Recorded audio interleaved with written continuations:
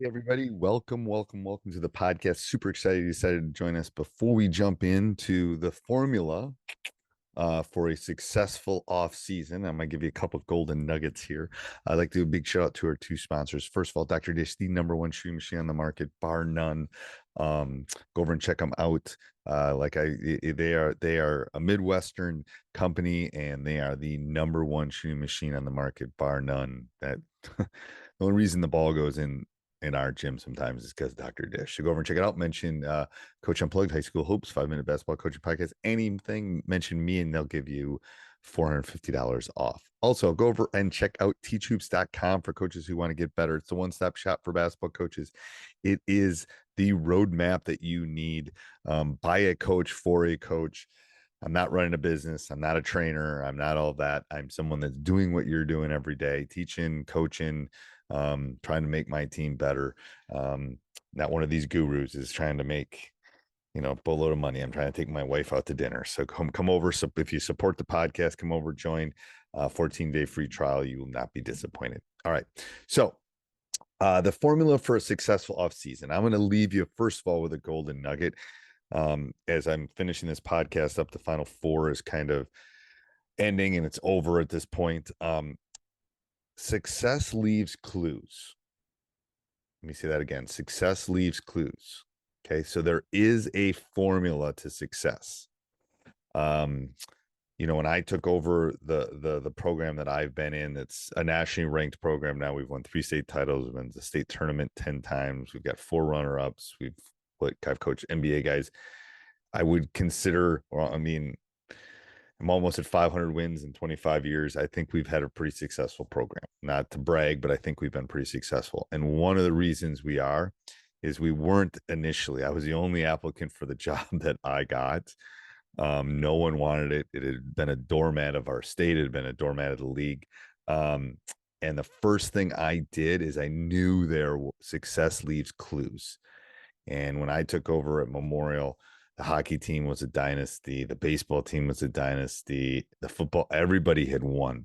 And the first thing I did was find those coaches and I looked for clues. I looked for what were they doing? How were they successful? What made them? Was it their youth program? Was it the type of player? And they left clues.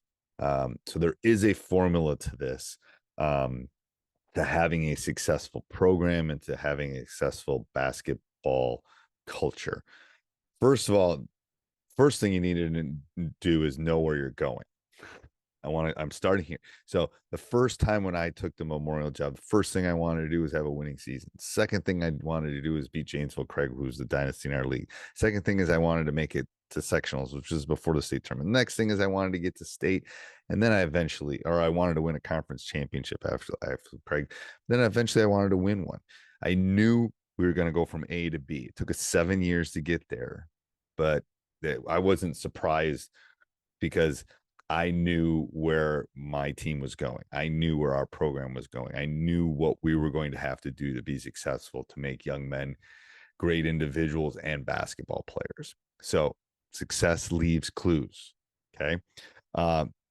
You have to build your game and your game plan and your program around the type of players you are.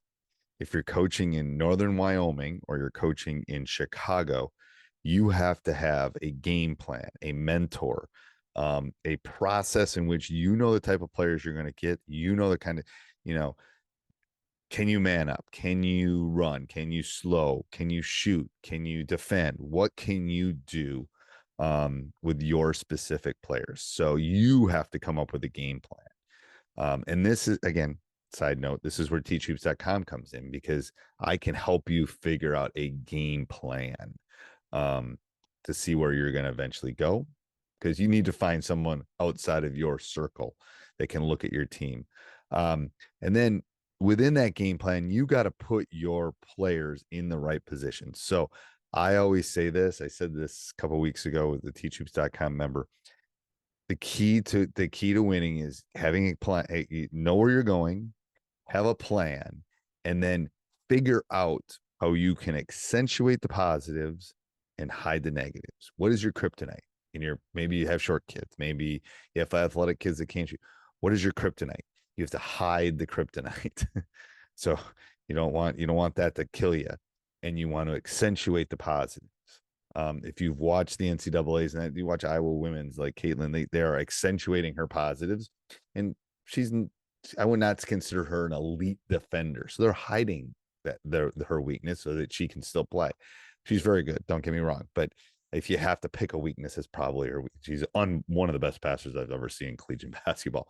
But so I think that is the collusion. Let me leave you with this. Success leaves clues. Success is a formula. It is. I don't care where you're coaching. I don't care what level you're coaching.